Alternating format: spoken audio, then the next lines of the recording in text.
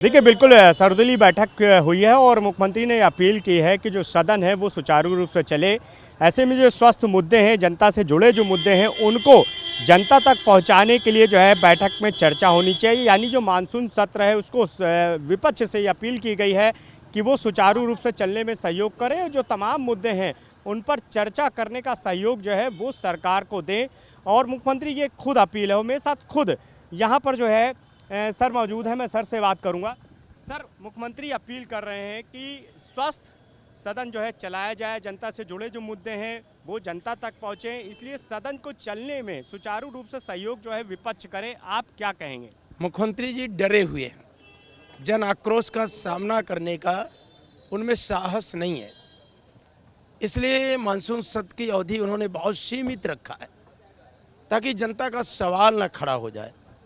लेकिन आज युवा सड़कों पर है, अपने हक और अधिकार और लोकतांत्रिक अधिकारों को जिस तरह से पेपर लीक हुए, जिस तरह से नीट की परीक्षा में भ्रष्टाचार आया, जिस तरह से उत्तर प्रदेश के अंदर 69,000 शिक्षक भर्ती में अभ्यर्थी दर दर की ठोकरें खा रहे हैं, इन सारे सवालों को लेकर के किसान के खेत को जब खाद की ज़रूरत है, किसान के खेत को जब पानी की ज़रूरत है, इन सारे सवालों को लेकर के पूरा उत्तर प्रदेश और देश आंदोलित है।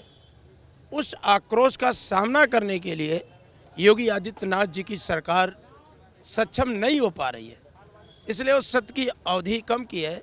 और विपक्ष ने हमेशा सरकार का सकारात्मक सहयोग करने का काम किया है और हम चाहते हैं कि इतने बड़े राज्य की विधानसभा है, उसकी सत्र की अवधि भी बढ़ाई जाए और जनता के सवाल पर चर्चा हो।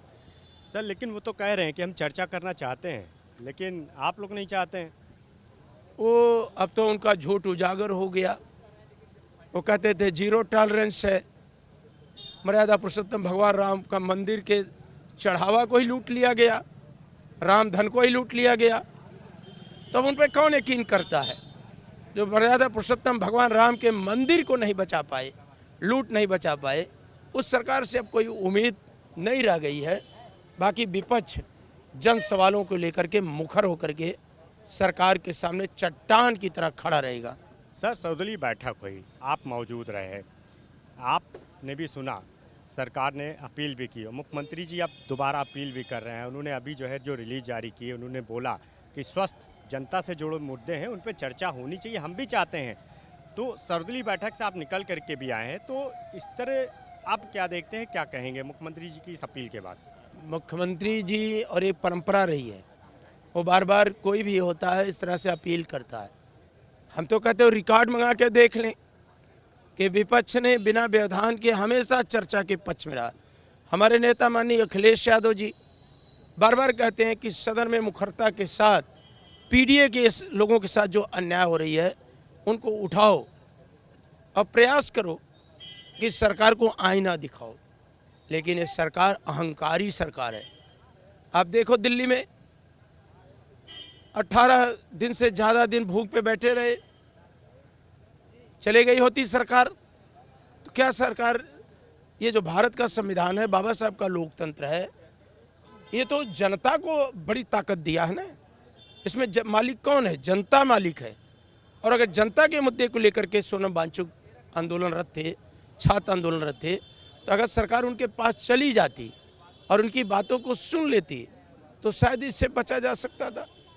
तो सरकार अहंकार में है और अहंकार के रास्ते सत्ता चलाना चाहती है।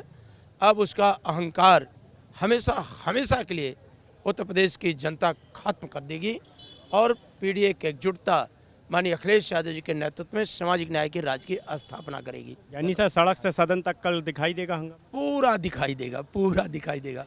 बहुत बहुत शुक्रिया। कैमरा पर्सन साथ अनूप कुमार, भारत समाचार, लखनऊ।